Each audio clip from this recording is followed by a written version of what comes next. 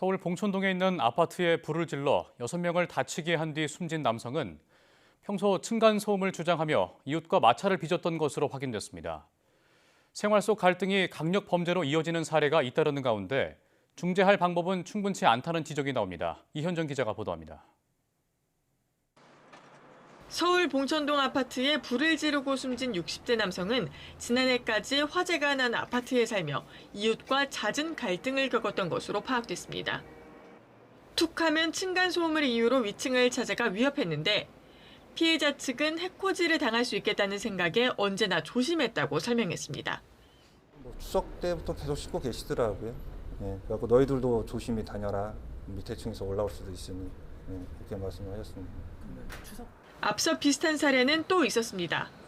지난 1월 경남 사천과 지난 2월 경기 양주시에서 벌어진 이웃 살해 사건 모두 범행 동기는 층간소음이었습니다.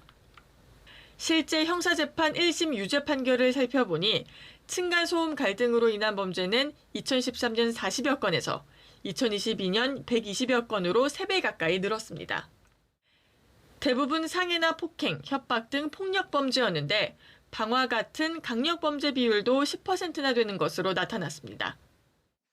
하지만 이 같은 갈등을 중재할 수단은 마땅치 않습니다. 현행법은 700세대 이상의 공동주택에 대해 층간소음관리위원회 설치를 의무화하고 있지만 아파트 관리소장과 주민이 봉사직으로 참여할 뿐 구속력은 없습니다. 경찰이 출동해도 현장에서 양측을 진정시킨 뒤 돌아오는 경우가 대부분이고 분리도 어렵습니다. 현장에서 특별한 권한이 없으니까 역할을 할 수 없다라고 좀 이야기들을 하더라고요. 이제 정부랑 국회가 좀 근본적인 대책 마련에 빨리 나서야 된다고 생각해요.